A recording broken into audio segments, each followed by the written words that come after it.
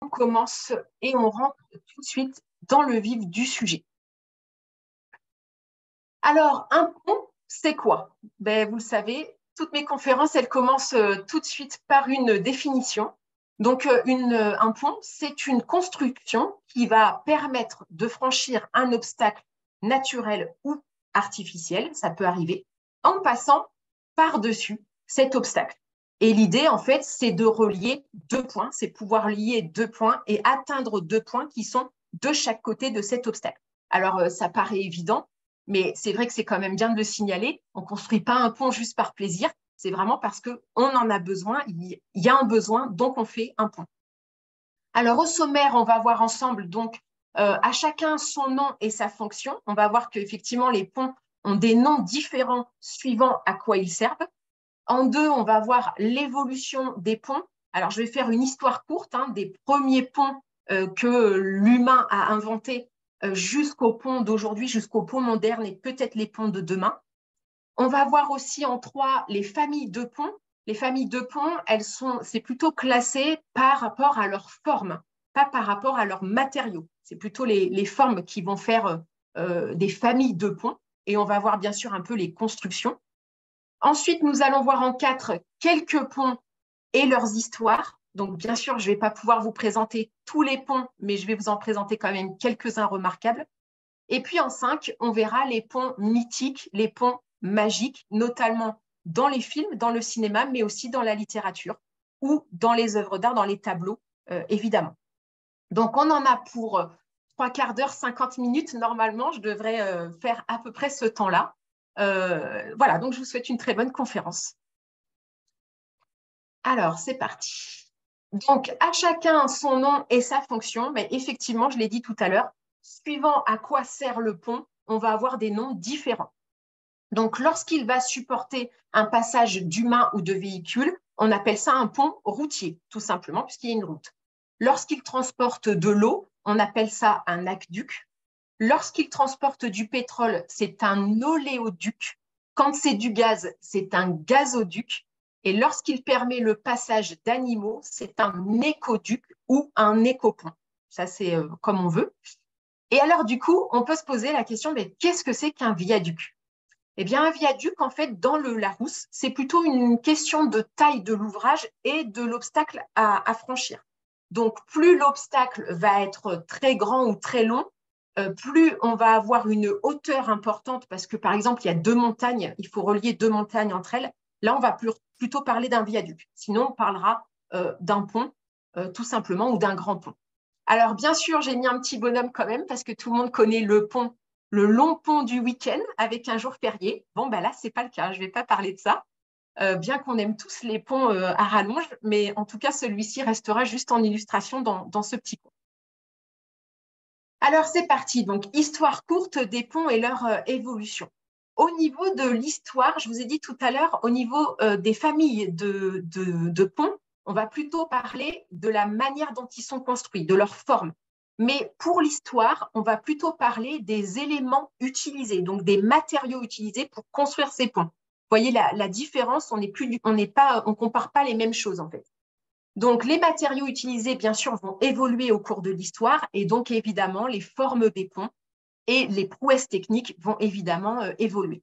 Alors, dès la préhistoire, on peut se poser la question, est-ce que le pont n'aurait pas été inventé de cette manière, avec un arbre coupé qui aurait simplement été mis à cheval sur un lit de rivière et donc on monte sur cet arbre pour passer de l'autre côté? Ça paraît la solution la plus simple. Après, évidemment, il y a eu cette idée d'utiliser du bois parce que c'est ce qu'on avait tout de suite à côté. Et donc, on pouvait effectivement créer un pont comme celui-ci. Donc, c'est tout à fait possible. On a aussi des ponts, ce qu'on appelle les ponts en liane, c'est-à-dire qu'on va utiliser effectivement quelque chose de solide pour pouvoir traverser, mais on peut imaginer des lianes, donc quelque chose de naturel évidemment, qui pourrait être tressé et qui pourrait supporter une charge un petit peu plus lourde et qui serait donc tenue de chaque côté. Donc, la préhistoire, effectivement, ça pourrait être ces ponts-là. En tout cas, aujourd'hui, évidemment, aucune trace de ces ponts, en tout cas à ma connaissance, puisqu'ils sont en bois et donc ils ont tous disparu avec le temps. Dès l'Antiquité maintenant, Eh bien, effectivement, on peut imaginer, enfin, c'est le cas d'ailleurs, ce sont des troncs d'arbres qui sont coupés, qui sont empilés, vous voyez, de cette manière. Donc, on le voit très bien sur cette partie-là. Je pense que tout le monde voit mon petit stylet rouge. Donc, ici, vous avez une succession, en fait, de troncs qui sont tronçonnés, qui sont coupés et qui sont assemblés en croisillons pour que ça tienne et que ça ne roule pas, bien sûr, que ça ne tombe pas. Donc, on a ce pont. Alors, c'est assez massif, bien sûr, et on peut imaginer que l'obstacle à franchir est quand même étroit, puisqu'on ne peut pas imaginer un pont de cette envergure sur une grande distance. Évidemment, au milieu, ça s'écroulerait. Il faut aussi imaginer qu'entre les troncs d'arbres, vous le voyez ici, on a des pierres en fait, hein, donc ce ne sont pas forcément des pierres de taille, mais on a des pierres qui viennent caler les troncs pour que ça ne glisse pas et que l'ensemble tienne. Donc ça, c'est vraiment un pont qui a existé. Le pont Sublicius, donc c'est un pont romain qui est construit au 7e siècle avant Jésus-Christ. Donc les premiers ponts remontent quand même à loin. Autre pont, on est toujours dans l'Antiquité, mais cette fois-ci, on va passer à l'évolution. Donc, on va avoir une première évolution, non plus avec du bois, mais avec de la pierre. On va utiliser les pierres du secteur, évidemment. Hein. On est écolo à l'époque, on ne se déplace pas sur des grandes distances. Donc, l'idée, c'est de prendre les pierres qui sont à côté de nous. Et donc, vous voyez ici deux exemples. Vous avez le Tar Step, qui est un pont en dalle de pierre, qui fait 55 mètres de long quand même. Il est en Grande-Bretagne et il date du début du premier millénaire avant Jésus-Christ. Et là, vous voyez qu'on a on n'a pas pris n'importe quelle pierre. On a pris des pierres qui sont plates, très peu épaisses et qui sont comme ça mises les unes à côté des autres. Et au niveau des piliers, on pourrait dire que ça, c'est l'ancêtre des piliers. Vous avez ces pierres en fait obliques qui viennent tenir vraiment le pont. Bien sûr, on a les pierres en dessous, donc c'est vraiment l'ancêtre du pilier. Et donc, on traverse comme ça ces ponts. Alors évidemment, ces ponts, ils sont au ras de l'obstacle à franchir. Donc ici, au niveau de la rivière, on va faire des ponts qui sont vraiment au ras. On peut imaginer que s'il y a une crue sur la rivière, on peut imaginer que le pont, à un moment donné, est immergé, il est sous l'eau, parce qu'on est vraiment au ras de l'obstacle à franchir. Voilà, donc ça, c'est vraiment les premiers ponts. Celui du bas, ben, c'est le Casarma, qui est un pont mycénien en pierre, qui fait 22 mètres de long. Et là, on est sur l'idée de créer une voûte. Donc, c'est vraiment l'ancêtre de nos ponts médiévaux avec une voûte. C'est-à-dire qu'on va assembler des pierres et on va créer une voûte au milieu qui va en fait faire le tour de l'obstacle à franchir. On peut aussi imaginer qu'on ait creusé parfois dans de la roche pour créer un pont. C'est tout à fait possible. Mais en tout cas, là, on va retenir les deux formes de pont ici. Au Moyen-Âge, eh bien, on va revenir au bois, mais il y a aussi, bien sûr, les ponts maçonnés. Donc là, on va avoir les deux. Je vous ai mis un exemple ici du pont de Villars de Haunecourt, qui était un maître d'œuvre en fait, du XIIIe siècle. Donc, c'est un peu l'équivalent de Vitruve, mais au Moyen-Âge. Et lui qui va faire en fait tout un carnet avec beaucoup d'illustrations sur différentes architectures médiévales. Donc, son carnet, il est conservé à la Bibliothèque nationale de France. Et à l'intérieur, donc, vous avez cet extrait, ce pont, un pont qu'on appelle à colombage, puisqu'en fait, il est, voyez, adossé à un mur, et avec cette poutre, on va se décoller du mur et créer une architecture, et on va à nouveau se décoller du mur pour continuer l'architecture. Donc, c'est ce qu'on appelle un pont à encorbellement. Et vous voyez que c'est une suite de poutres qui sont assemblées comme des fermes, hein, comme sur une toiture de bâtiment. C'est exactement la même chose. Et donc, on va se rejoindre comme ça progressivement. On pourrait faire la même chose en capla. Nos enfants pourraient construire le même type de projet avec des caplas. C'est le même principe. Voilà, donc pour les ponts en bois dans la version Moyen-Âge. Et puis, le Moyen-Âge, et je vais aller jusqu'à la Renaissance et jusqu'au XVIIe siècle, eh bien là, on est plutôt sur des ponts maçonnés en pierre. Et ces ponts maçonnés, en fait, ils reprennent l'idée de l'arc en plein cintre ou de l'arc brisé gothique. Et en fait, on va faire une succession d'arcs pour pouvoir franchir l'obstacle. Et là, on est vraiment sur des pierres qui sont taillées, qui sont prévues pour le pont. Alors, ces ponts au Moyen-Âge, ils vont plutôt être fortifiés. C'est le cas du pont que vous voyez donc, en haut, le pont fortifié de Valentré, dit pont du diable. Alors, il faut savoir qu'il y a beaucoup de ponts qui nous portent ce nom, le pont du diable, de par leur forme. Voilà, on a beaucoup de ponts qui portent ce nom-là, c'est vrai. Et là, ici, c'est l'entrée de la ville de Cahors, j'en parlerai tout à l'heure. donc qui date du XIVe siècle. Et vous avez ces tours, en fait, qui viennent protéger l'entrée de la ville. Vous aviez aussi un pont-levis et une chapelle. Donc, on vit aussi sur les ponts. Les ponts font partie des villes. Ce n'est pas seulement un moyen de transport, c'est aussi, ça fait partie vraiment de la fortification. C'est l'entrée de la ville. Voilà, il faut impressionner. Donc, il y a une double utilisation du pont. Puis, bien sûr, il y a les péages. Ça, j'en parlerai tout à l'heure, puisqu'on paye pour passer le pont. Voilà, c'est comme ça qu'on récupère un petit peu d'argent. Sur le pont qui est en bas, c'est un pont Renaissance. C'est le pont Neuf qui date du XVIe siècle, qui permet d'accéder à l'île de la Cité, donc à Paris. Et là, on est sur des ponts. C'est le même principe, en fait, que pour le Moyen-Âge, sauf que ce ne sont plus des ponts fortifiés, ce sont plutôt des ponts où on commence là à avoir une œuvre d'art. On commence à avoir quelque chose d'esthétique et de très joli et pas seulement fonctionnel. Ensuite, on va arriver au XVIIIe et XIXe siècle. Et là, évidemment, c'est la révolution industrielle qui va pointer le bout de son nez avec des nouveaux matériaux. Ces matériaux, c'est le fer qui va remplacer en fait la pierre. Alors, pourquoi ça va remplacer la pierre? Tout simplement parce que c'est beaucoup plus léger, c'est beaucoup plus aérien. Donc, on va pouvoir construire plus haut, plus grand, évidemment. Et puis, là, on va être dans une esthétique assez particulière parce que le pont, finalement, est présent, mais en même temps, on voit à travers. On voit à travers une structure en fer qui est complètement percée. Et donc, ce sont des ponts qui vont se fondre un peu dans le décor, dans le paysage. Alors, au niveau de la maçonnerie, au niveau des piliers, on va rester encore à cette période sur des piliers en pierre vraiment massifs qui vont s'ancrer dans le sol.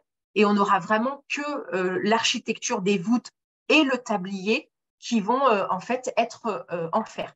Alors, pour le petit vocabulaire qui va bien, ici, cette partie-là, la partie où on marche, la partie qu'on va emprunter du pont, ça s'appelle le tablier. Et ici, ce sont des piliers, tout simplement. Et ici, cette partie-là en dessous, la voûte. Donc, la voûte qui supporte en fait le tablier. C'est bon pour tout le monde? Bien. Au 19e et 20e siècle, là va arriver un nouveau matériau et c'est le béton armé et aussi le béton précontraint. Alors, je ne vais pas rentrer dans les détails techniques parce que ce serait un peu difficile à expliquer, puis ça serait trop long. Mais en gros, pour vous donner une idée, le béton armé, c'est qu'il y a une armature en ferraille à l'intérieur. Et le béton précontraint, c'est que quand on va fabriquer ce béton, on va créer une pression extrêmement forte sur ce béton avant qu'il sèche. Et ces contraintes, cette pression, elle est contraire aux forces que le pont va supporter une fois fini. Donc, par exemple, pour le pont de l'île de Ré, si on imagine des vents qui vont arriver du sud à 200 km/h, quand on aura construit le pont, au moment de la construction, on va créer une contrainte contraire au vent de 200 km/h dans l'autre sens. Donc, en fait, du coup, ça annule les forces une fois qu'il sera mis en place. Donc, c'est très technique, bien sûr, mais l'idée, c'est que ce béton, qui est aussi qui est lourd, mais qui va être beaucoup plus aérien que la pierre taillée, qui, elle, va devoir faire une construction très massive, avec beaucoup de matières premières. Donc, on a effectivement ce béton armé. Et là, vous êtes à Gladwell, donc en Australie. Et donc, il est construit, effectivement, vous le voyez, au XXe siècle. Et puis, ensuite, l'acier va remplacer le fer. Donc, on va avoir un alliage, en fait, de différents métaux. Et ça va créer quelque chose d'extrêmement solide. Et on sait, ici, on est sur le pont du Golden Gate. Donc, c'est un pont suspendu à San Francisco qui date aussi du XXe siècle. Et là, on va être vraiment dans des prouesses vertigineuses parce qu'on va avoir quelque chose de très élancé. Au niveau de la structure, on est dans quelque chose qui nous paraît très léger, très aérien. Ce ne sont que des fils. De loin, on a l'impression que ce ne sont que des fils qui supportent le tablier. Bon, évidemment, on imagine le poids du pont, mais en tout cas, on a ce côté léger qui apparaît au XXe siècle, qu'on n'a pas du tout au Moyen-Âge avec la pierre, bien sûr. Alors maintenant, on va rentrer dans le petit chapitre « Les familles de ponts », où on va voir ensemble, en fait, leur forme et leur construction. Je vous rassure, ça va être quand même assez simple. On a différents types de ponts. Vous avez le premier ici, qui est le pont à poutres. Donc, tout simplement, deux piliers, un tablier posé dessus. Vous avez le pont à voûte. ou le pont à arc. Donc là, c'est plutôt dans la même famille, c'est-à-dire qu'on va créer une grande voûte ou plusieurs petites voûtes pour franchir l'obstacle. Ensuite, vous avez le pont à haubans et vous avez le pont suspendu. Donc, on va voir tout ça en détail. Le pont à arc ou à voûte, en fait, c'est comme dans une église, hein, c'est exactement le même principe. Vous avez des piliers, vous avez des pierres qui sont positionnées pour créer la voûte. Et bien sûr, ces pierres, elles sont mises en pression. Elles créent en fait une force qui va se répartir de chaque côté sur les piliers. Donc, vous voyez ici mes petites flèches roses. On voit bien que les forces, elles vont de chaque côté et elles descendent dans les piliers, elles descendent dans le sol. Donc, évidemment, on peut faire de très grands ponts avec ce principe-là et on peut aussi monter très haut. Ce qu'on va faire si on doit monter très haut, c'est qu'on va faire une succession d'étages avec plusieurs voûtes, plusieurs niveaux d'étages pour arriver à la hauteur souhaitée. On va le voir dans les exemples tout à l'heure, vous verrez qu'il y a un pont. Évidemment, vous y pensez tous, j'imagine. C'est le pont du Gard, évidemment. Donc, on voit bien cette succession de voûtes les unes par-dessus les autres pour pouvoir atteindre la hauteur souhaitée. Autre type de pont, donc c'est le pont à poutres. Celui-ci, c'est vraiment le pont le plus simple à réaliser et c'est aussi le pont le plus stable. Sauf qu'entre deux piliers, on ne peut pas avoir une grande distance. Vous voyez qu'à chaque fois, dans les familles de ponts, il y a toujours des avantages et des inconvénients. Donc, c'est vrai qu'entre deux piliers, on est à 60 mètres, grand maximum. Donc, on ne va pas pouvoir, on va devoir multiplier le nombre de piliers, alors que le système à voûte, on va pouvoir aller jusqu'à à peu près 100 mètres de portée. Donc, c'est quand même plus important. Mais en tout cas, c'est le plus facile à construire et c'est aussi le plus solide, puisque vous voyez qu'au niveau des pressions, on est sur une pression verticale. C'est-à-dire que le tablier, simplement, repose et son poids se pose sur les différents piliers. Donc, c'est vraiment le pont le plus solide et donc ce sera utilisé plutôt pour le ferroviaire, donc c'est-à-dire pour supporter le poids d'un train ou plusieurs trains pour aller bien sûr dans les deux sens. Le pont suspendu maintenant. Le pont suspendu, donc il apparaît au 19e siècle et c'est l'acier en fait qui va permettre de construire des ponts avec des structures bien plus performantes et tout en étant plus légère. Alors, c'est vrai qu'il y a quand même le poids qui est plus léger, mais aussi au niveau aspect, au niveau vision, on a quelque chose qui donne l'illusion que c'est beaucoup plus léger. Donc, ce sont des câbles métalliques qui vont en fait tirer le tablier et qui vont le tenir à l'horizontale. On a toujours deux pieds, effectivement, on a deux piliers de chaque côté, mais ce sont vraiment ces câbles qui vont tenir le tablier. Ce n'est plus du tout en fait, c'est une pression qui est horizontale, ce n'est plus du tout une pression verticale. Autre pont, eh bien, ce sont les ponts à haubans. Donc, les ponts à haubans, en fait, vous avez des câbles qui sont placés sur les piliers, vous voyez, qui continuent, donc ce sont des mâts. Et en fait, on a trois types de haubans. Alors, on a le hauban en éventail, c'est le modèle que vous avez ici, c'est-à-dire que vous avez un point d'ancrage au niveau du pylône et vous allez venir porter le tablier comme ça avec plusieurs câbles. Le pont en semi-ancrage, c'est quand le point d'ancrage au niveau du pylône est à mi-hauteur. Donc, il faut imaginer un point d'ancrage plus bas avec bien sûr des câbles qui vont être un peu plus à l'horizontale. Et puis ensuite, vous avez le pont en harpe, où là, vous avez plusieurs points d'ancrage le long du pylône et donc les câbles sont parallèles. Voilà, c'est une petite variante, ça change un petit peu. Alors effectivement, les utilisations, là, elles sont très importantes à partir du 19e et 20e siècle, puisqu'en fait, on peut les utiliser pour les mêmes raisons, un pont à haubans et pont suspendu. On peut utiliser les deux pour les mêmes raisons, pour franchir un obstacle grand. Mais quand même, on a une petite préférence pour les ponts à haubans. C'est surtout une question de stabilité. En fait, le pont à haubans est beaucoup plus stable que le pont suspendu.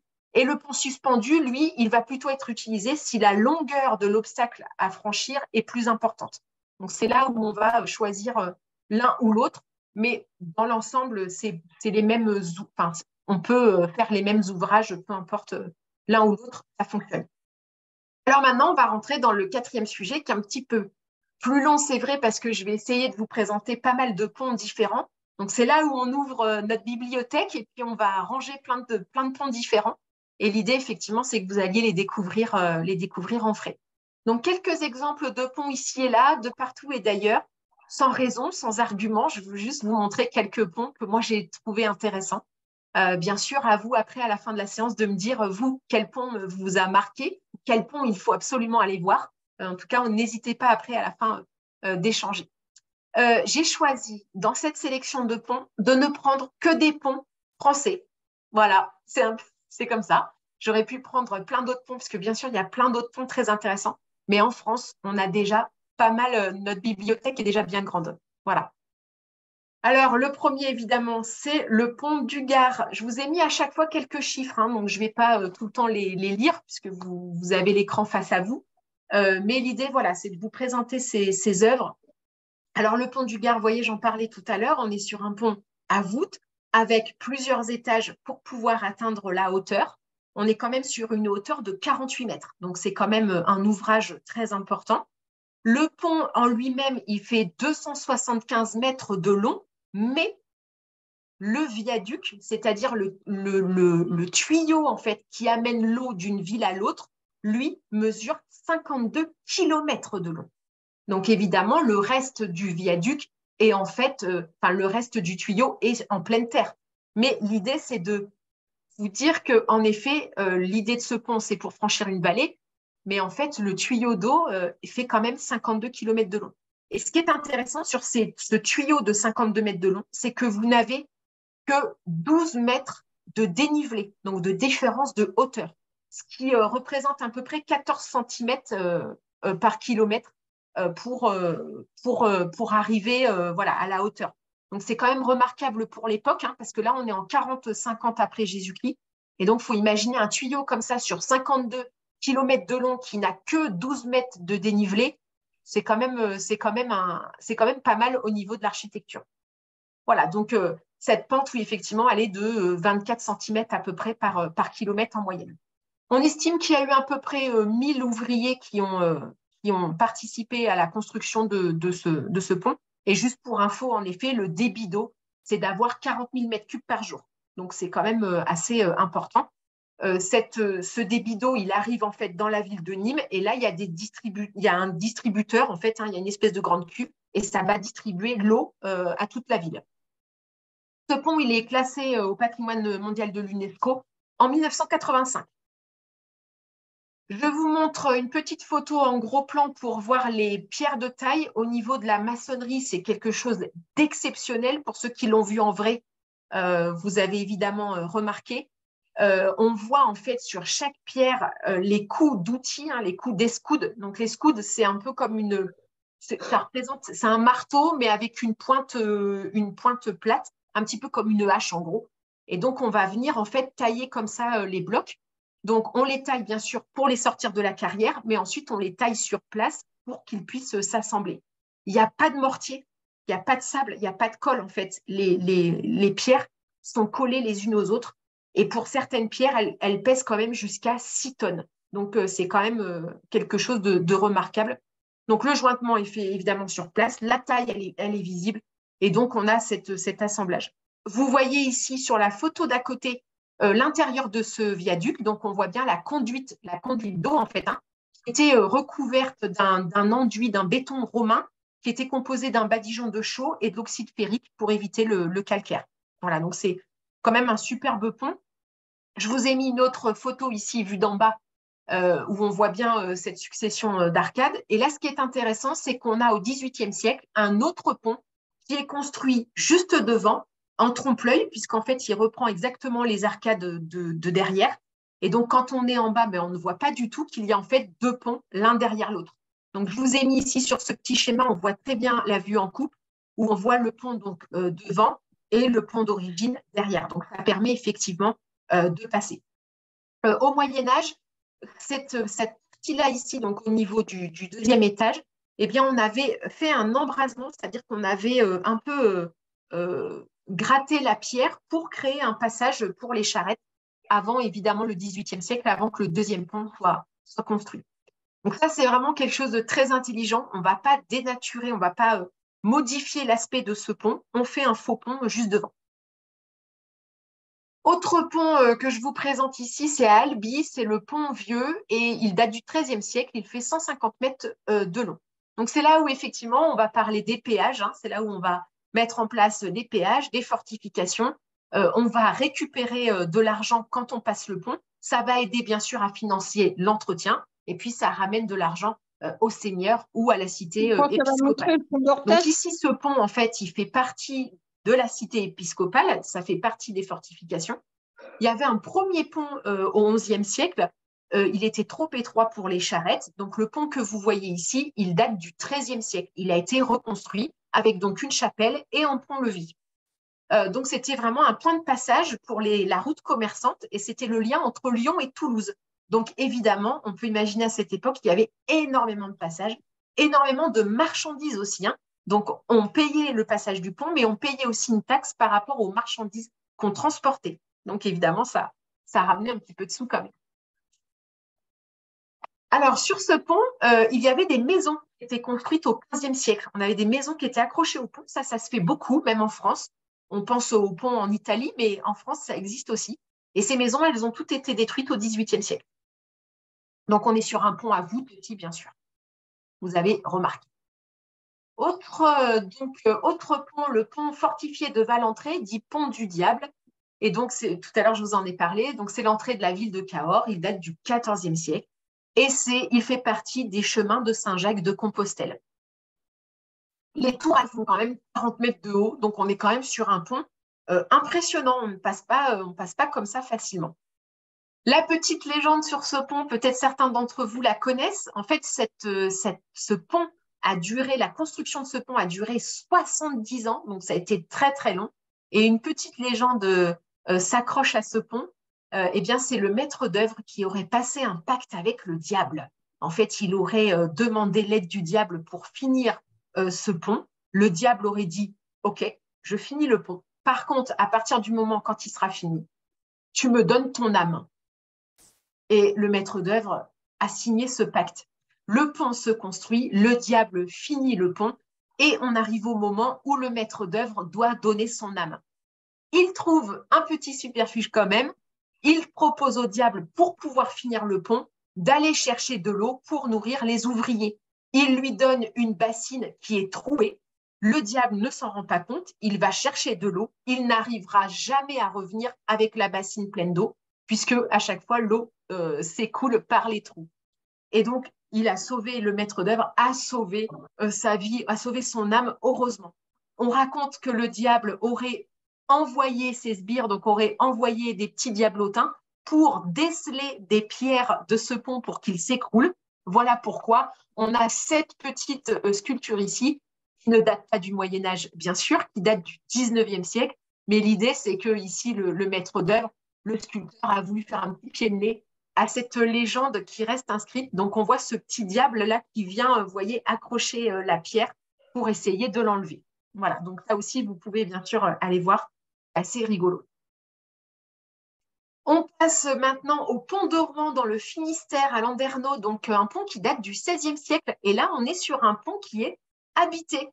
Donc, je vous ai mis quand même en petit le pont de Vecchio, qui est la galerie marchande et la rue piétonne, qui est construit au XIVe siècle. En fait, on est dans la même idée, on est sur la même histoire, sauf qu'on n'est pas à la même période, mais sinon, on est exactement dans la même histoire. Au départ, pour les deux ponts, vous avez un pont en bois qui est construit au XIVe siècle pour la France et au XIIIe siècle pour le pont Vecchio.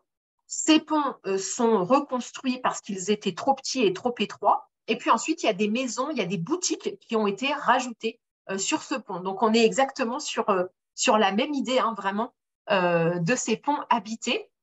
Alors, pour le pont Vecchio, bien sûr, il est extrêmement connu. On est sur un pont à voûte aussi, avec trois arches, hein. Et puis, ce pont Vecchio, au départ, il était réservé pour les tanneurs et pour les bouchers. Et donc, bien sûr, ils jetaient, il faut imaginer que quand ils nettoyaient leur laboratoire, leur atelier, tout partait dans la rivière. Et donc, ça sentait pas très bon. Donc, en fait, le pont, enfin, les boutiques ont fermé, ces boutiques-là ont fermé et on a mis des joailliers à la place. Donc, voilà, donc forcément, ça sent moins mauvais. Et du coup, c'est devenu un passage vraiment de luxe réservé aux personnes les plus importantes. Et il y a un couloir qui a été réaménagé plus tard. C'est le corridor que vous voyez ici avec en fait les 3 arches. Ça passe au-dessus des boutiques et c'est ce qu'on appelle le corridor de Vasari. Donc, il est construit en 1565. Et puis, grâce à ce passage, en fait, la famille de Médicis pouvait circuler sans danger, hein, sans avoir besoin d'une escorte. Ils pouvaient comme ça aller d'un côté à l'autre, à l'abri, sous ces 3 arches, puisqu'en fait, on ne les voyait pas depuis l'extérieur. Alors, évidemment, ça leur permettait d'aller d'un côté par le Palazzo Vecchio, la Galerie des Offices et le Palazzo Pitti. Voilà. Donc aujourd'hui, c'est un haut lieu touristique, évidemment, puisqu'on y va pour voir quand même les boutiques de luxe. Donc au niveau de cette partie-là, donc c'est en France, hein, là vous avez un moulin et vous avez une écluse à l'intérieur. Autre type de pont, eh bien, ce sont des ponts écluses. Donc là, c'est de chaque côté de Thionville, c'est construit au XVIIIe siècle. Vous avez à nouveau des ponts à voûte, mais cette fois-ci, on a aussi l'écluse intégrée à l'intérieur. Et donc, vous avez le pont écluse nord et le pont écluse sud. Donc, vous voyez qu'ils se ressemblent pas tout à fait finalement, hein. Le bas se ressemble pas mal au niveau des piliers, mais au-dessus, on n'a pas du tout la même architecture. Et là, c'est conçu par Louis Cormontaigne, qui était un ingénieur militaire. Et il s'est inspiré au XVIIIe siècle des plans de Vauban pour pouvoir construire ces 2 ponts. Autre pont maintenant, le pont des Arts. Ben oui, on ne pouvait pas passer à côté. On est ici en 1801 à Paris. C'est le premier pont métallique de la ville. On se retrouve toujours avec des piliers en pierre assez massifs, mais au-dessus, les voûtes et le tablier sont entièrement faits en acier, voilà, en fonte. Donc, c'est une innovation importante, hein, qui est liée au premier consul Napoléon Bonaparte, qui va suivre cette réalisation par le directeur des ponts de Paris, donc qui est Jean-Baptiste Launay et qui est fondeur. Voilà. Alors, pour vous donner une idée à peu près de son histoire, en fait, en 1852, on a un pont qui est élargi. On a un droit de péage sur ce pont-là. En 1976, on a une fragilité très importante suite au bombardement des 2 guerres. En 1977, on va fermer la circulation de ce pont. En 1980, il est en partie effondré et on va entièrement le démonter. Et en 92, on va remonter cette passerelle à l'identique avec 7 arches au lieu de 9. Et donc, il y a une inauguration de ce pont des Arts par Jacques Chirac. Ce pont, il est très connu aussi parce qu'on l'appelle le cadenas de l'amour. Je pense que vous connaissez tous cette histoire, où les amoureux accrochent des cadenas sur les rambardes, sur les garde-corps, et ils jettent la clé du cadenas dans le fleuve. Voilà, donc l'idée, c'est de sceller leur amour, quoi qu'il arrive. L'amour durera toujours. Ça a commencé en 2008 et ça s'est arrêté en 2014 où tous les cadenas ont été retirés, puisque on disait que les cadenas représentaient un poids énorme sur cette passerelle. Autre pont assez incroyable, je dois dire, c'est le pont canal de Briare. Peut-être que certains d'entre vous le connaissent. Donc à Briare et Saint-Firmin-sur-Loire, puisque ça rejoint les 2 communes. Il date de 1838. Et là, en fait, c'est un pont qui permet de passer au-dessus de l'eau, mais on passe sur ce pont en bateau, puisqu'en fait, il y a de l'eau sur le pont, il y a un canal, tout simplement. Alors, pourquoi ce pont ici assez intéressant? Eh bien, c'est parce qu'en fait, les bateaux devaient emprunter donc la Loire pour passer d'un canal latéral à l'autre. Sauf que, suivant les débits d'eau, en fait, les bateaux pouvaient passer ou pas. Donc, c'était problématique puisqu'il y avait quand même pas mal de passages. Donc, l'idée, c'est de créer un pont au-dessus de la Loire et de créer un pont canal pour que, du coup, les bateaux puissent l'emprunter. Là, on a une architecture intéressante. On a toujours des piliers en pierre. On a une architecture ici en acier. Pourquoi? Eh bien, parce que on peut avoir des crues assez importantes au niveau de la Loire. Si on avait des voûtes en pierre, quand l'eau monte, on a moins de passages, moins de débit d'eau, puisqu'en fait, la pierre, les voûtes font que le passage rétrécit tout en haut. Donc, l'idée, c'est d'avoir un passage toujours important, qu'on soit en bas ou en haut, on a toujours le même passage d'eau sous le pont. Donc, voilà pourquoi on a ces piliers en pierre qui sont très droits et après simplement un tablier posé dessus, on n'a pas de voûte du tout. Alors, je vous montre quand même le dessus. J'ai gardé le suspense jusqu'au bout. Je ne vous ai pas montré la vue du dessus en premier. Regardez ça, merveilleux. Donc, en fait, il faut imaginer les bateaux qui passent sur le pont au-dessus de l'eau. La largeur du canal, hein, donc je ne parle pas du pont, mais la largeur simplement du cours d'eau, c'est 6 mètres de large et vous avez une profondeur de 2,20 mètres. Donc, c'est quand même assez important. Un bateau peut clairement passer dessus. Ce pont-canal, il est posé sur 14 piliers. Voilà, donc c'est quand même intéressant. Au niveau de la décoration, au niveau de la mise en, je pourrais dire la mise en scène, ben, on est un petit peu sur l'idée du pont Alexandre III, je trouve, au niveau des lampadaires. Voilà, les colonnes rostrales hein, qu'on voit ici, les colonnes en début de pont, les lampadaires tout le long. Voilà, on a ce côté un peu pont Alexandre III. Donc, très intéressant ce pont, je ne l'ai jamais vu, mais alors franchement, ça me donne vraiment envie d'aller le découvrir. Autre point intéressant, là on l'appelle le viaduc parce que c'est très grand. Viaduc de Morlaix, donc pour ceux qui connaissent, vous avez remarqué cette impression particulière hein, d'être en plein centre-ville, parmi les maisons, dans des petites ruelles, et d'avoir ce viaduc comme ça qui se dresse face à nous, c'est assez impressionnant. Alors là, pour la petite histoire quand même pour Morlaix, ce qui est intéressant, c'est de se dire que le pont est exagérément trop gros. Les piliers, en fait, les voûtes sont très massives et finalement, il n'y a pas besoin d'un pont aussi massif.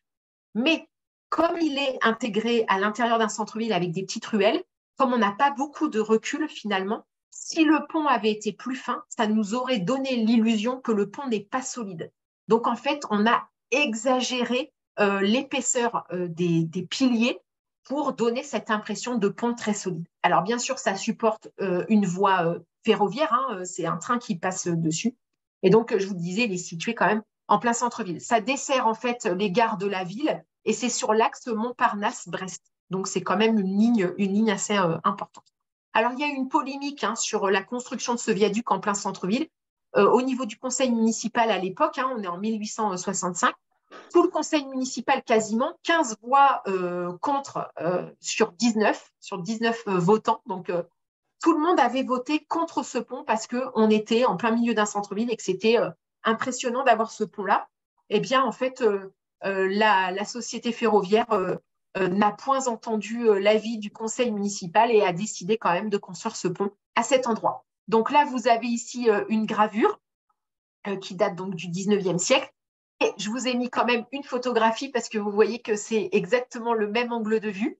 On a ce viaduc donc assez impressionnant. Alors, on peut le visiter, hein, vous pouvez monter sur la partie qui est juste ici. Hein. Donc, on voit à peine, mais on est sur cette première partie et on passe en fait à l'intérieur des piliers. Donc, on a toute cette enfilade de piliers, ça donne une belle perspective. Ce pont, il a failli être détruit à la Seconde Guerre mondiale. Il était prévu, les Américains avaient prévu de le bombarder pour le détruire, pour éviter aux Allemands de passer. Eh bien, ça n'a pas fonctionné parce qu'il y a quand même eu 43 bombes qui sont tombées. Une seule a atteint son but, donc a un petit peu abîmé le pont, mais il a été facilement réparable. Les autres bombes sont tombées en plein sur la ville et il y a eu quand même pas mal de blessés et même pas mal de morts. Donc, c'est peut-être pas très bon viseur, les Américains, c'est possible. Autre pont ici impressionnant aussi par sa forme, par sa légèreté. Il nous semble tellement léger ce pont. Il est rouge, il se détache évidemment avec la végétation tout autour. On joue sur des couleurs complémentaires, donc c'est quelque chose de très esthétique. C'est le viaduc de Garabi dans le Cantal et il est construit en 1884. Et lui aussi, c'est un pont ferroviaire. Donc là, on a une sacrée différence. Vous voyez, c'est la même fonction.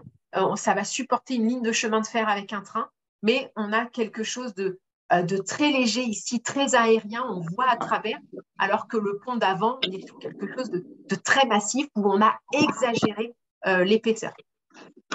Donc, quelques chiffres quand même. En longueur, il fait 564 mètres, ce pont, sur une seule voûte pour franchir l'obstacle. Après, on a effectivement des piliers quand on est sur terre. Il a une portée principale de 165 mètres. Donc, la portée, je vous rappelle, hein, c'est là où va reposer en fait la voûte. Donc, il y a un écart de 165 mètres et il fait une hauteur quand même de 122 mètres de haut. C'est quand même pas mal. Donc, c'est un projet de Léon Boyer, qui était ingénieur des ponts et chaussées et qui va confier la construction à Gustave Eiffel et à son entreprise.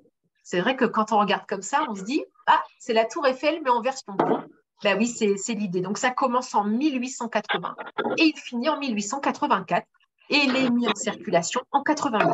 Donc, les ponts de cette envergure se construisent quand même relativement vite. Ici, je vous ai mis une petite photo en construction où on voit les dernières parties qui sont assemblées. Et quelques chiffres quand même pour vous donner une idée. Au niveau du fer forgé, on est sur 3100 tonnes, l'acier 41 tonnes, la fonte 23 tonnes. Donc c'est quand même lourd, hein. C'est pas si léger que ça paraît léger, mais ça pèse quand même son poids. Le nombre de rivets posés, allez, 678 768 rivets posés. Bon, j'ai pas été vérifiée, hein, je vous le dis tout de suite. La durée du chantier est donc 4 ans. Et ce pont, eh bien, il figure dans 4 films différents. Donc, c'est quand même pas mal. Et c'est un pont français. Autre pont que vous connaissez tous, j'espère, je vous le souhaite, en tout cas, allez le découvrir. Il est en restauration en ce moment, on ne peut pas passer, mais vous pouvez quand même aller au pied de ce pont. C'est le pont Transborder, donc à Rochefort, qui a été construit en 1900. Et en fait, il relie donc les deux rives entre Rochefort et Échillais sans gêner la circulation, puisqu'en fait, on est à une hauteur de tablier de 50 mètres. Donc, le tablier, je vous rappelle, hein, c'est la partie horizontale ici. Alors, bien sûr, nous, on ne monte pas à 50 mètres de haut pour pouvoir traverser. En fait, ce pont incroyable, vous avez des câbles qui sont suspendus et vous avez comme un plateau, en fait, qui permet de se déplacer. Donc, il y a un roulement, il y a un rail avec un moteur. Et puis, il y a une poulie, en fait, qui fait avancer ou reculer le pont. Je vous le montre quand même en version zoom, en version d'en bas. Donc, vous voyez, vous avez ce plateau-là qui se déplace. Alors, bien sûr, c'est très touristique, évidemment, mais ça servait surtout à passer au départ de l'autre côté. Donc, c'est quand même quelque chose, il est impressionnant, ce pont. Et là, on est en plein marais, hein. Vous avez les marais tout autour. Voilà. Donc, je vous le disais, ce chariot, en fait, il est tiré par un câble qui va descendre, qui va s'enrouler sur un treuil. C'est placé dans la machinerie, donc c'est au pied des deux pylônes côté Rochefort. Et c'était un moteur à vapeur, en fait, qui faisait le travail avant jusqu'en 1927. Voilà, après, c'est devenu évidemment électrique. Et ce pont, il va remplacer un bac qui permettait de faire la traversée, parce qu'en fait, il y avait énormément de demandes pour passer de l'autre côté, et donc il n'y avait pas assez de bacs qui pouvaient faire assez de trajet. Donc l'idée, ça a été de faire ce. Alors, on peut quand même atteindre, je me suis un peu renseignée, on pouvait quand même atteindre jusqu'à 500 mètres de file d'attente pour passer de l'autre côté. Donc, on est un peu dans l'idée là du pont de l'île de Ré où on avait la queue au niveau du bac. C'est un peu la même chose. Autre pont que j'ai trouvé très sympa, qui est juste à la frontière entre la France et l'Allemagne. En fait, ce pont, il enjambe le Rhin. Ce pont, il est double. En fait, vous avez deux passages qui n'est utilisé que par les cyclistes et par les piétons. Pas de voiture dessus. Et alors, ce que je trouve génial, c'est que ce pont va relier en fait deux parties d'un même jardin. Ce jardin a été conçu par un Français, le pont a été conçu par un Allemand, et en fait, ce pont va rejoindre les deux parties du jardin qui sont séparées par le Rhin. Donc, en fait, vous avez une partie du jardin qui est allemand, une partie du jardin qui est français. Et là, on ne peut pas avoir un lien plus fort de liaison entre deux pays. Évidemment, c'est par le pont. Sur ce pont, vous avez au milieu ici une passerelle qui vous permet d'avoir une belle vue, qui vous permet de vous arrêter et de voir d'un côté et de l'autre, avoir une vue à 360 degrés sur ce jardin. Voilà, donc il est quand même intéressant. Donc c'est Marc Mimram, pardon, qui est un architecte parisien, donc, qui a conçu pas mal de ponts en France. Et le parc paysager, lui, il est conçu donc, par un Allemand, je vous le disais. Il fait à peu près 56 hectares hein, de verdure, donc c'est un beau parc quand même, on peut le dire. Vous le voyez vu du bas, on est dans le parc ici et on découvre la forme de ce pont, assez impressionnante quand même, parce qu'en fait, il est tout en courbe. On n'a pas de ligne droite, à part les piliers et les câbles qui le soutiennent. Mais vous voyez, on a cette espèce de courbe là incroyable. On a l'impression que ce pont, en fait, est mouvant. On a l'impression qu'il pourrait bouger, on a l'impression qu'il danse. Voilà, donc c'est bien sûr, j'imagine, la volonté aussi, c'est de se mettre dans ce côté naturel de la forme courbe. Dans la végétation, il n'y a quasiment aucune ligne droite. Donc, je pense que l'idée, c'était aussi de faire ce lien avec la végétation tout autour. Autre pont assez incroyable, c'est le viaduc de Millau, donc dans l'Aveyron. Impressionnant, il date de 2001, il va relier Clermont-Ferrand à Béziers. Quelques chiffres quand même, la longueur 2,4 km, donc c'est pas rien. Une portée principale de 342 mètres, je vous rappelle, la portée, c'est l'espace entre les deux piliers. La largeur, il fait 32 mètres, une hauteur de 343 mètres exactement. Et là, je vous ai mis le coût, c'est vrai que pour les autres ponts, c'est pas trop, mais le coût ici, 220 millions d'euros. Il a fallu quand même 13 ans d'études pour voir le tracé de ce pont, décider non seulement du tracé, mais aussi de sa forme. Est-ce que ce serait un pont à haubans? Est-ce que ce serait un pont suspendu? Voilà, il fallait évidemment étudier toutes les possibilités pour qu'il puisse résister au vent, parce que mine de rien, on a jusqu'à 200 km/h de vent à cet endroit-là, donc il fallait évidemment un pont extrêmement résistant. C'est le pont le plus haut au monde jusqu'en 2013, puisqu'en 2013, c'est la Chine qui va avoir ce record. Mais en tout cas, ici, jusqu'en 2013, on est sur le pont quand même le plus haut au monde. Donc, c'est quand même impressionnant. Alors, vous allez me dire, oh, la photo, bon, elle aurait pu choisir une photo un peu mieux que ça.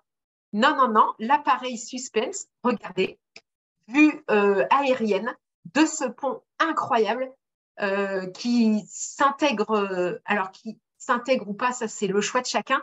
Mais moi, ce que je trouve intéressant, c'est on imagine ici comme un géant qui est venu avec son crayon, qui est venu dessiner un pont, simplement pour passer de chaque côté.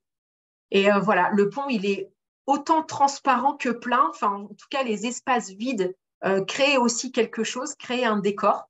Voilà, là, on est quand même sur une prouesse technique assez impressionnante.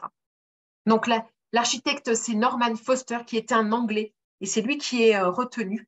Et en 2010, juste pour information, on est à 1,1 million visiteurs quand même sur l'année pour découvrir ce pont. Donc, c'est quand même quelque chose qu'on a envie d'aller voir.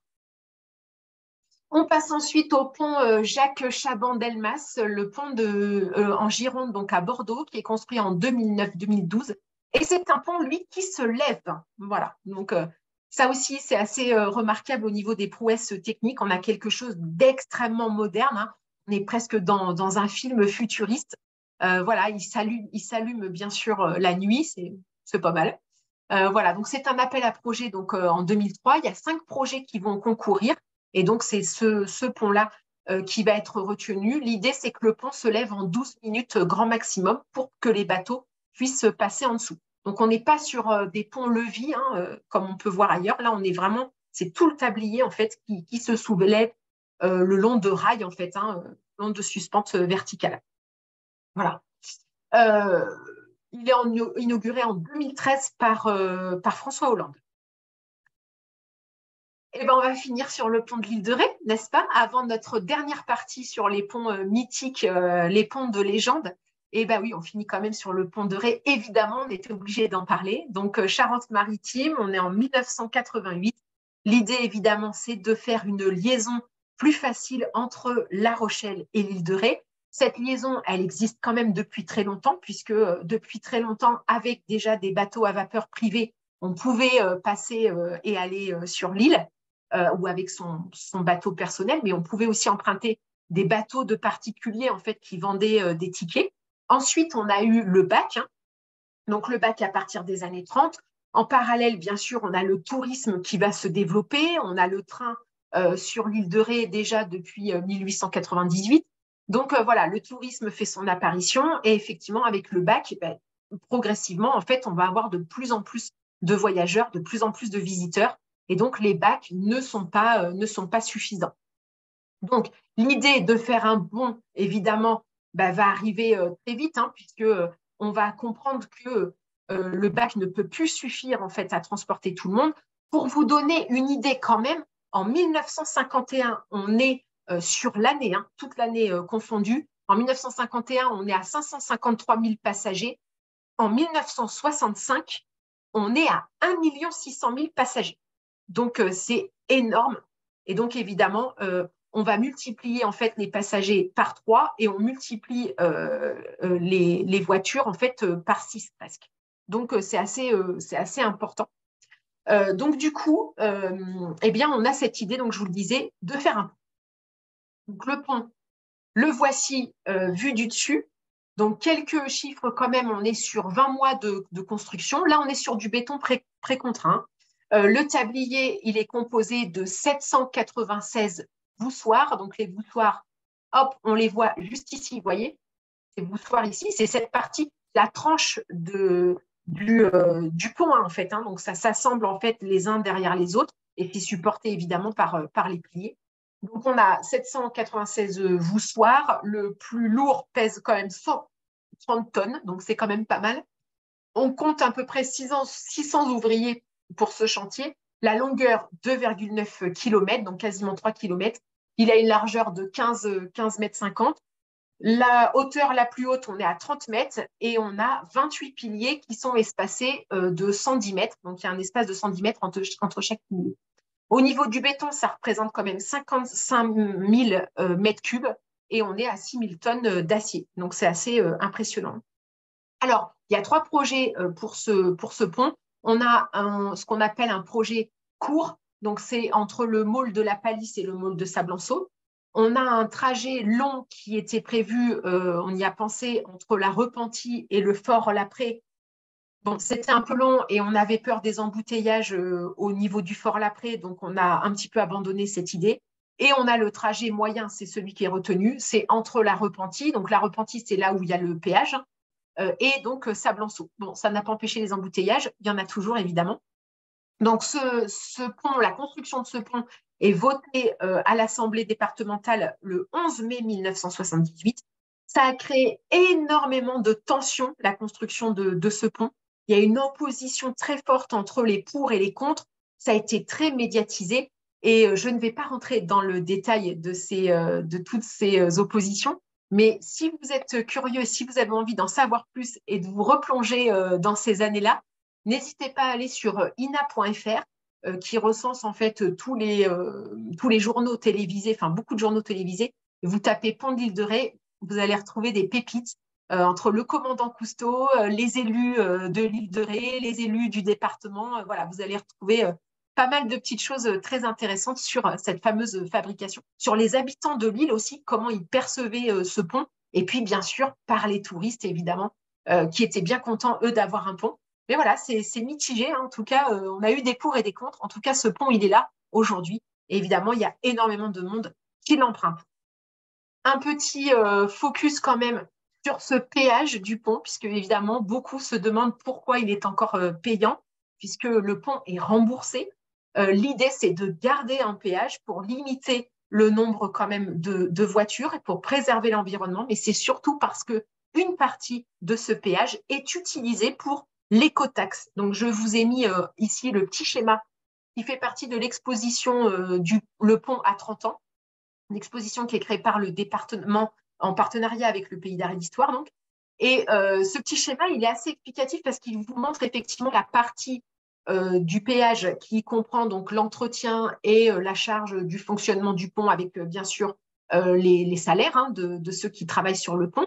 Donc, vous voyez, on est à 4,38 € plus 2,73 € et en fait, tout le reste est distribué pour l'écotaxe.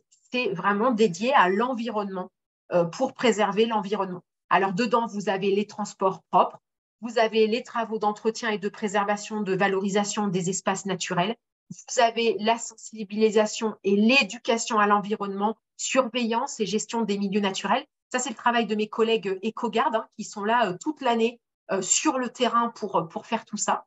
C'est l'acquisition aussi d'espaces naturels sensibles, c'est-à-dire qu'on va récupérer des espaces qui sont sensibles pour pouvoir les conserver, les préserver. Vous avez bien sûr tout ce qui est préservation des marais et leur entretien. Et vous avez l'aménagement, donc les aires de stationnement, paysagers, accès aux plages, etc.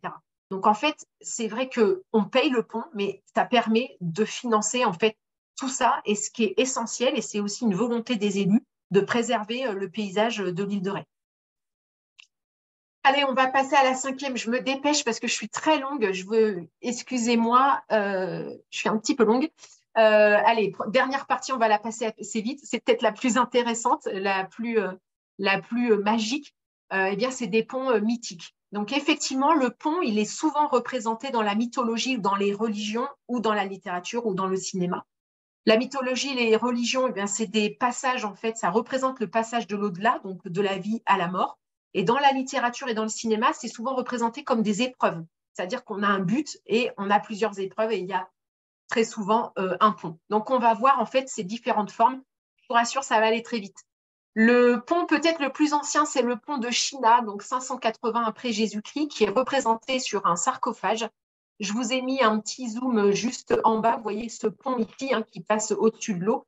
C'est ce qui représente, en fait, dans la religion catholique, la pesée des âmes. C'est-à-dire que les âmes, les corps, les défunts montent sur ce pont, ils y restent 3 jours et en fait, ils attendent leur jugement. Soit ils vont aller dans la maison de Druge, vous m'excuserez pour la prononciation, soit ils vont dans la maison de Druge, qui est en fait la maison du mensonge, qui représente l'enfer dans la religion catholique, soit la maison des champs, qui représente donc le paradis. Donc, en fait, c'est l'équivalent du jugement dernier, où on va peser les âmes. Et donc, je vous ai dit, ça dure quand même 3 jours. Voilà, donc on a cette représentation ici de ce pont qui passe donc au-dessus de l'eau. Et vous voyez ici la gueule de l'enfer qui attend, bien sûr, les âmes qui iraient donc tout droit en enfer. Autre pont, là évidemment, on est dans la littérature et là on est plus dans quelque chose des étapes à franchir pour arriver au but. C'est le pont de l'épée, c'est les aventures du roi Arthur au XIIe siècle. Et donc c'est Lancelot qui va traverser le pont de l'épée pour sauver Guenièvre qui est emprisonnée par Méléagant. Et je vous lis un petit extrait du texte. Et le pont qu'il a traversé était bien différent de tous les autres ponts. On n'en a jamais vu et on n'en verra jamais de tel. C'était une épée aiguisée et étincelante qui formait ce pont jeté au-dessus de l'eau froide. De part et d'autre, il y avait un grand pilier de bois où l'épée était clouée. Voilà un pont mal fait, mal assemblé et bien mal charpenté. Ça n'empêche que Lancelot, il l'a quand même traversé. Après, il a affronté des bêtes sauvages avant de pénétrer dans le château. Donc, il est quand même très fort, ce Lancelot. Autre pont, là, on est plutôt dans la peinture et c'est un tableau de Van Gogh qui a fait toute une série. C'est le pont de Langlois, donc qui date de 1888 et depuis, ces ponts n'existent plus. Et vous voyez qu'il a fait une série. Alors, vous avez le croquis tout en haut à droite. Il a fait plusieurs croquis, en fait, plusieurs mises en scène. Et puis ensuite, il a fait différents tableaux. Il en a fait, là, j'en ai mis 4, mais il en a fait quand même pas mal. À chaque fois, vous voyez, vous avez des couleurs, des ambiances différentes. Comme quoi, effectivement, le pont, c'est le sujet, mais c'est surtout, évidemment, chez Van Gogh, la couleur qui va faire passer une émotion plus que le dessin en lui-même. Donc, je voulais le mettre ici parce que je trouvais que la déclinaison des couleurs était intéressante. Un autre pont extrêmement connu, évidemment, dans la peinture, c'est de Claude Monet, c'est le bassin aux nymphéas, avec ce pont de son jardin. Le pont est intéressant parce que le pont en lui-même présente une symétrie. On a quelque chose de très stable, de très symétrique, positionné à un certain endroit. Le tableau en lui-même est carré, quasiment carré, donc on a vraiment cette symétrie volontaire. Mais par contre, la végétation tout autour ne respecte aucune symétrie et aucun code. Tout est mélangé, tout est flouté. On ne sait pas où s'arrête la terre, où commence le ciel. On ne sait pas où s'arrête l'eau, où commencent les berges. Enfin voilà, tout est mélangé. C'est le but, évidemment. Ça crée un contraste avec ce pont qui est extrêmement bien délimité et bien tracé dans le tableau. Donc là, on est vraiment sur l'impressionnisme. On est presque ici sur l'idée d'une photo. On ne sait pas trop où les choses s'arrêtent. Autre pont aussi qui prend toute une place importante dans ce tableau, le pont de l'Europe de Gustave Caillebotte, donc qui date de 1876. J'aime beaucoup ce peintre personnellement parce qu'on a l'impression de faire partie du tableau. Il nous plonge dans sa perspective. Ce pont est impressionnant. Vous voyez, il occupe quasiment les 2/3 de ce tableau. Il accentue évidemment la perspective avec les bâtiments, les architectures haussmanniennes derrière en arrière-plan. Voilà, donc ce pont, on a élargi les voies de chemin de fer en 1895 et on a créé une place de l'Europe et elle a été réaménagée en fait en partie sur ce viaduc. Donc ça ouvre en fait le quartier de la gare Saint-Lazare. Voilà, donc très intéressant. Là, évidemment, on est sur un pont métallique, vous l'aurez tous compris. Autre pont, eh bien là, c'est dans le cinéma. Je ne vais pas en présenter beaucoup, mais quand même, Indiana Jones et le Temple maudit, n'est-ce pas, en 1984. Et ici, on est au Sri Lanka, on est à 76 mètres de hauteur quand même. Et on a une capacité de 20 personnes seulement qui peuvent monter sur ce pont. Donc pour le tournage, les agents techniques qui tenaient les caméras étaient quand même solidement accrochés au pont avec des harnais pour être sûr qu'il n'y ait pas d'accident. Autre pont encore dans Indiana Jones, c'est la dernière croisade. On est en 1989 et là, on a ce pont en pierre, en fait. Hein, vous savez, c'est la dernière étape pour aller trouver le Graal. Et là, ce qui est intéressant, eh bien, regardez, je vous ai trouvé le petit montage vidéo. Oui, le mythe tombe. Non, en fait, Indiana Jones n'a jamais passé sur un pont comme ça aussi fin. En fait, c'est une maquette. Donc, on voit le monsieur qui est en train de le réaliser, qui est en train de le peindre exactement. Et donc, après, il va y avoir un montage avec Indiana Jones donc, qui va faire son passage sur un écran vert et donc qui va être ensuite positionné sur ce faux décor à l'échelle. Et donc, évidemment, tout l'effet là est créé quand on regarde le film, ça fonctionne très bien. Autre pont très célèbre, ben, bien sûr, c'est dans Harry Potter. C'est le train qui passe sur ce pont, sur ce viaduc, et qui permet d'aller à l'école de magie, donc à l'école Poudlard, que l'on voit bien sûr dans toute la série de Harry Potter. Donc un pont aussi impressionnant, mais un pont qui existe vraiment. C'est le Poudlard Express, c'est le viaduc de Glenfinnan. Donc voilà, qui date de 2000, enfin l'histoire pardon, date de 2001. Et puis, dernier pont, pour moi le plus beau, certainement. Ce qui m'intéresse sur ce pont, il n'est pas du tout connu, mais du coup, je vais vous en parler un petit peu. Ça fait partie de la trilogie La quête d'Ewilan, qui est écrite par Pierre Bottero, qui est un auteur qui va plutôt écrire pour des adolescents. C'est vrai, adolescents et jeunes adultes, mais vous pouvez le lire, c'est quand même très intéressant. Cette trilogie, elle date de 2003. Et en fait, c'est l'histoire. Donc, Ewilan, c'est une fille qui s'appelle à la base Camille, qui vit dans notre monde, mais qui arrive à basculer dans un monde parallèle qui s'appelle Gwendalavir. Et dans ce monde parallèle, elle a le pouvoir du dessin. En fait, par le dessin, elle arrive, en imaginant quelque chose, elle arrive à le dessiner dans la réalité. Et à un moment donné, dans un passage du livre, elle arrive sur un lac, un grand lac qui s'appelle le Polymage, et elle voit cette arche donc, que vous voyez devant vous. Et l'arche, en fait, c'est un pont qui permet d'aller d'une rive à l'autre. Alors, je vous lis un petit extrait, peut-être que ça vous donnera envie de le lire, ou l'offrir à vos petits-enfants ou enfants, pourquoi pas. Je vous lis un petit passage. Le pont s'envolait vers le ciel, en une courbe gracieuse et puissante à la fois. Il scintillait comme s'il était de lumière et non de matière. Et juste avant de toucher les étoiles, il redescendait à des kilomètres de là, sur l'autre rive. Ses proportions tenaient du miracle, comme la facilité avec laquelle il se jouait de la pesanteur. C'était une merveille de pureté et de perfection. Cette arche, composée d'un seul et unique diamant, mais comme elle est indestructible, on ne peut pas en faire de prélèvement. Elle est totalement lisse et pourtant ne glisse pas. Elle ne possède pas de garde-fou, mais comme elle est large de 50 mètres, les accidents restent très rares. Voilà. Donc ce pont, il est fait de diamants. Il est fait dans un unique diamant. Voilà. Ben, écoutez, je crois qu'on peut tous l'imaginer, pourquoi pas. Il n'existe pas en vrai, mais après tout, il n'y a que notre imagination qu'on n'arriverait pas à développer, qui nous empêcherait de l'imaginer. Donc, imaginons des ponts comme celui-ci. Et puis, pour finir, évidemment, la conférence, vous m'excuserez, j'ai été très longue. Un petit proverbe, parce que vous savez que j'aime bien finir mes conférences par les proverbes. Un seul pont relie le paradis et la terre. On l'appelle le pont de l'arc-en-ciel. Auteur inconnu, malheureusement, parce que là, j'aurais bien voulu le remercier. Mais c'est vrai que les arcs-en-ciel sont aussi de magnifiques ponts qui nous permettent de relier le paradis et la terre. Voilà. Je vous remercie pour votre attention. J'espère que ça vous aura plu. N'hésitez pas à rallumer vos micros ou discuter. On peut bien sûr échanger si vous avez des remarques ou des petites choses à que vous avez envie d'apporter à notre bibliothèque de ponts, n'hésitez pas. Merci en tout cas pour votre attention. Vraiment, bravo encore pour ce que tu as fait.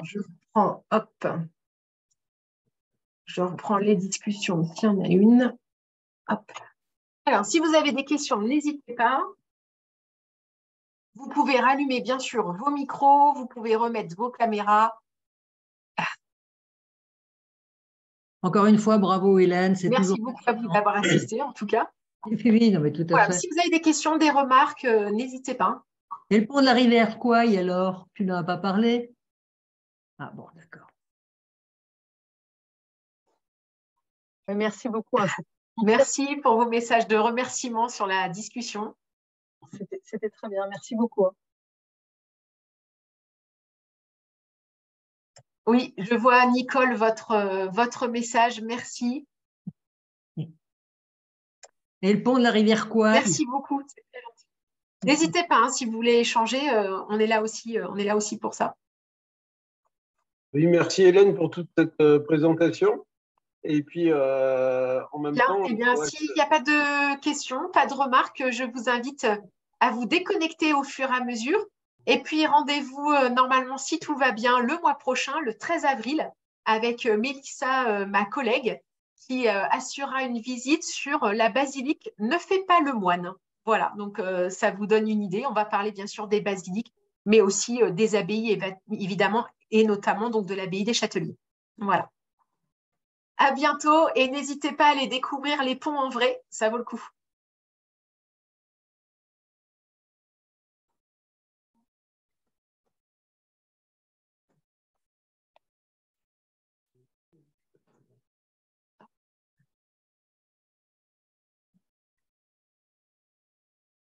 Ah, mais pas de souci, Didier, pas de problème pour une présentation au collège. Oui, oui, bien sûr. Mais en plus, oui, ça fait partie des programmes de cinquième de parler des ponts. Donc, effectivement, on peut faire une partie un peu plus allégée peut-être pour les scolaires, mais bien sûr, ça peut se faire. Tout à fait. Ça peut s'adapter sans problème à tous les publics. Pas de souci.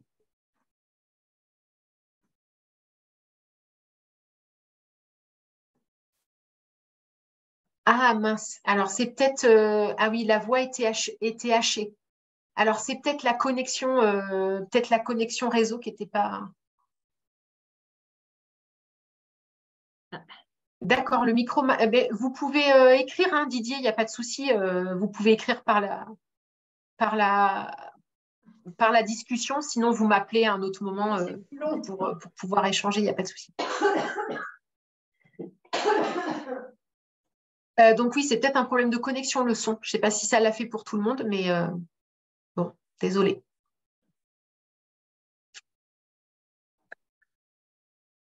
Merci à vous et à bientôt. Donc, on met fin à la conversation. Bonne soirée à vous et à une prochaine.